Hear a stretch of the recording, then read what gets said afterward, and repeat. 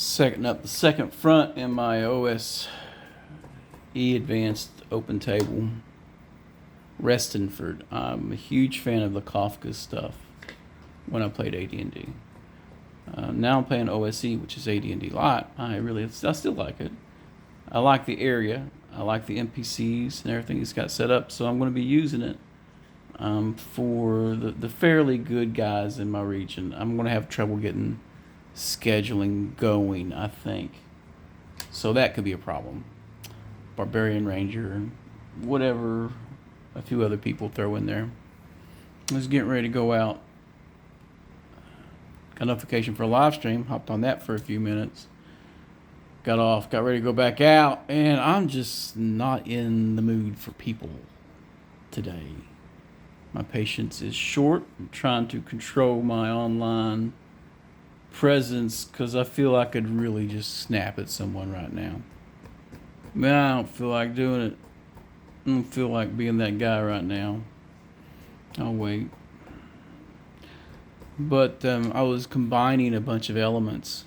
The Secret of Bone Hill, the greater Restonford area with Garrotten to the south, so I could work in the Assassin's Knot. Although I don't like the timed nature of Assassin's Knot, I may still use it. Some people really like that kind of stuff. I'm not a huge fan of political intrigue and stuff. And there were a few dungeons adventures that were specific for Restonford, so I'm gonna pull those out. We will rework them. One of them I don't like. I don't like the Sonic aspect and the madness thing. It makes more sense to be beyond a madness effect, in my opinion. Instead of I encountered an Illithid somewhere and frazzled my brain. Well, what happened to the Illithid? Doesn't talk about it. So either the Illithid is the presence corrupting and driving things mad, which is a fun idea, or it's like something else, like a book, and not really feeling the book corruption thing right now. I might use a Illithid. Maybe I like them. And I am, instead of the standard ruins for the Secret of Bone Hill, I'm going to mash up Mar Castle series and the Ghost Tower of Inverness. Yeah. And a lot of the outside stuff, I'm going to wing it. I'm going to make a bunch of little lost areas, maybe play up the bandits, make them more of like a recurring villain type deal.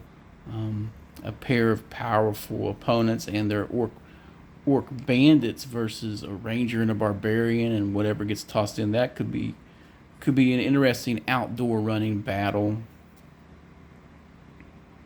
Play to the strengths of the characters you've got, not fall back to a formula that you think is a must-have.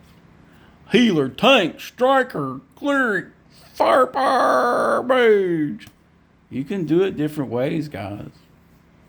If you don't believe me, then I will wipe your entire party with a bunch of elves and assassins, half-elves, and thieves. And you'll be trying to figure out where all these backstab. Because it only takes the one backstab. And the second you let down your guard, the assassin kills you. Same with an entire party of wizards. It's hard to argue with sleep at low levels.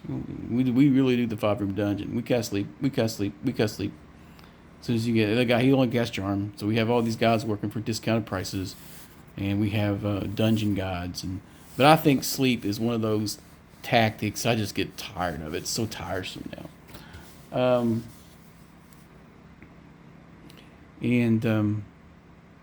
Yeah, that's what I'm gonna do. I'll make a 5 or 7 level mega dungeon underneath Mar Castle, inside these ruined towers. And the ruined towers surrounding the main access to the dungeon could be a callback to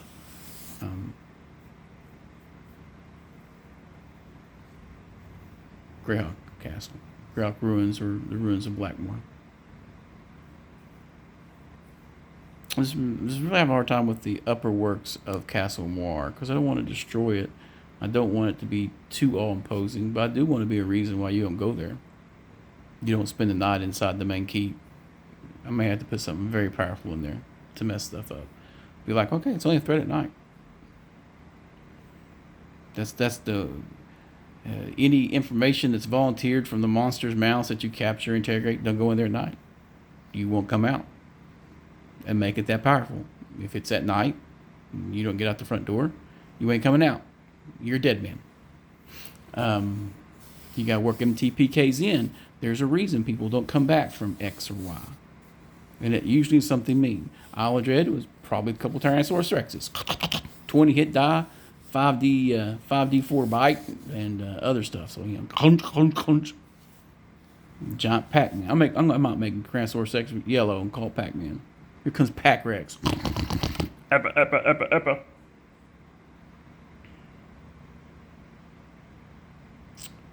Yeah, I'm not feeling too peoply today. But I got some more ideas for the Restonford Project Part 2. There's a blog called the Restonford Project, and it's great. And I saw someone was doing some deep dives and live feeds about the Secret of Bone Hill, and it's an amazing module. It's one of my favorites. Maybe I should sit to do that. Just sit down, open a module, and go page by page why I hate it or why I love it. And there's some modules that are a little rough, that I think are overpowered for their level, and Against the Cult of the Reptile God is not the right level for that module. So it's a slaughter fest. It's bad. It's rough. High rewards though. If you make it through it, you got high reward.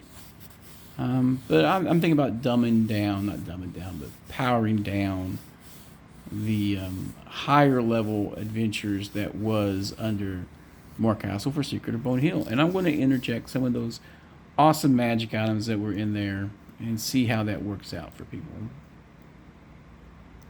Yeah. That's what I'm working on this week. Then I go back to uploading maps for the Caverns of Archaea for my greater open table. Because the areas I have ready to go are Barrel Maze, which has an evil group being douchey down there, and then Highfell, which no one seems to have any interest in right now. And then when I get Archaea done, I'll start working on Geraldi. Yeah. And then I'm going to work a unified Underrealm for that whole area. Because I do like Underdark stuff. And maybe have the option for an Underdark campaign if anybody wants to go that route. Well, otherwise, you're not playing Drow. You're not playing Dwayne. You're not playing any of that unless you're in a purely Underdark realm for me. Otherwise, dragging those creatures to the top of the surface is strictly straight up power gaming. But anyway, that's what I'm working on this week. I'm seeing more people running games instead of just talking about games, and I love that. Less talk, more action. And those who do. Those who can't, don't. That's how it is.